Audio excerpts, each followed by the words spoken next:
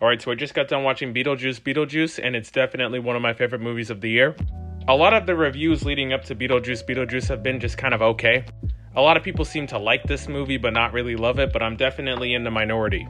Michael Keaton definitely slips right back into being Beetlejuice. There was a lot of concern about whether or not Michael Keaton could play Beetlejuice at this age. And to be honest with you guys, I thought that was a very valid thing. Michael Keaton was about 30 when the first Beetlejuice came out, and now he's like in his 70s. So to play a character like that after like 40 years definitely should be concerning. But yeah, Michael Keaton absolutely showed us why he's one of the best actors working today.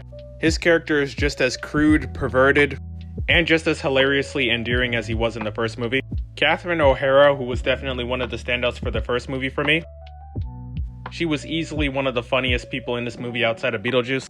And her character doesn't really get a lot of development in this movie, but something does happen to her character that makes it very interesting. But she still has that self-indulgent, narcissistic mentality that she had in the first movie. So I guess some things never change. Jenna Ortega was pretty good in this movie, and if you've seen my thumbnail, then you would know that I put her in the bad category, which I'll get to for my criticisms. But for the most part, I thought Jenna Ortega was pretty good in this movie.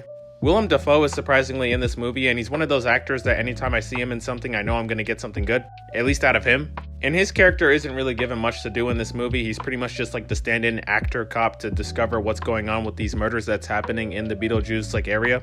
But you could really tell that he was having a lot of fun and he was very passionate about this project. But don't expect too much character development from him. Also, I don't know his name, but the husband of Winona Ryder's character in this movie was also really good, and he was also surprisingly one of the funniest people of this movie. And by the way, the humor in this movie is just really good, and I think it's a lot more funnier than the first one. And a lot of the jokes for me personally just worked very well. Next up, like I said, the acting for the most part from everyone was really good. There wasn't really any person in this movie who I felt like was phoning it in, although some people disagree. And although I think that this movie has a little bit too much characters for its own good at times, I still think that these characters are a lot more interesting than the first Beetlejuice movie. And to be honest with you guys, I really do like to complain about pacing a lot, but I feel like for the most part this movie, although at times was a little bit off with the pacing, like 95% of the time I was pretty much watching the entire movie and was engaged. And there's some genuinely jaw-dropping shots in this movie and a lot of nice just location shots showing this world and how it looks after all these years. And I'm not going to spoil when this happens, but there is a musical sequence and it was probably my favorite part of the entire movie.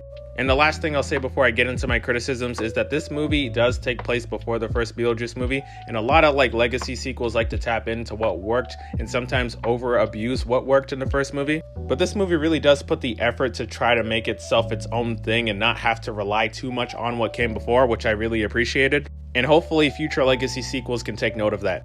Obviously, this isn't the first movie to do this, but I'm glad that we're seeing more movies do this. My criticisms for this movie is that there's a lot of dumb and wacky cartoonish moments which will work for some people, and for me it did work, but sometimes some things were just a little bit too dumb. Like I said before, I thought Jenna Ortega was really good, but I really hope she doesn't get typecasted into being a Wednesday kind of character for everything she's done. For the most part, she's chose very diverse and different projects, but hopefully Hollywood doesn't just make her the sarcastic, emo kind of girl. My next criticism is simply the ending. Obviously, there's a sequence that happens towards the end of the movie that I will not talk about, but after that was over, I thought the movie was over, but then it goes on for 5-7 minutes, and there's a time jump that I just thought was really dumb, especially once we figure out the result of it. And to be honest with you, I really wish they just cut that out because I didn't think it was really that necessary. Also, we have a villain for this movie, and it's played by Monica Bellucci. And to be honest with you, her villain was pretty useless.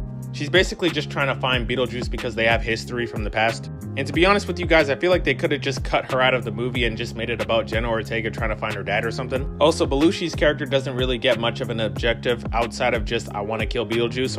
And maybe I'm just expecting too much, but I just wanted more from this character. Also, Ortega and Winona Ryder's plot about the daughter hating the mother is something that we've just seen before, and this movie just doesn't do anything different with that. And we really don't get much time with these two characters because this movie's a very fast-moving movie. So I wish the movie kind of put more effort into the writing to make me care about this, because once again, it's just doing stuff that I've seen before.